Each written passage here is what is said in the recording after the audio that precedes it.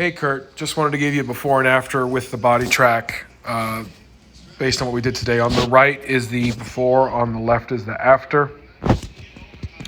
And we're going to roll through.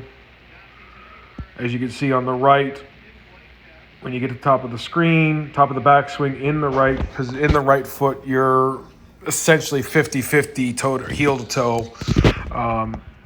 which is better than what it was. We had a little more toe bias to begin with. But there's no shift of pressure through the ball. As you're coming into lead arm parallel on the downswing, you're still 90% hanging back on your right foot, 87 exactly.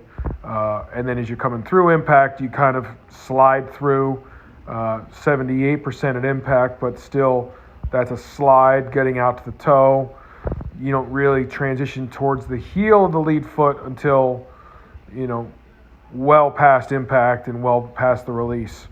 Let's look through the truncated video on the left-hand side. Two things I want to point out. Top of the backswing, look at that, 95% getting into the heel, which is really, really good. And then lead arm parallel, right when the video kind of stops, right there, you've got 66% on the left foot. So we already have a massive shift of pressure in the lead foot. We lose the video at that point, but you can see very quickly you're going to get into the heel and finish in the heel because that's that rotational velocity that we're generating. So great work. There's the before and after. I'm also going to send you the drills that we did, and I'll see you in a couple weeks. Have a great holiday.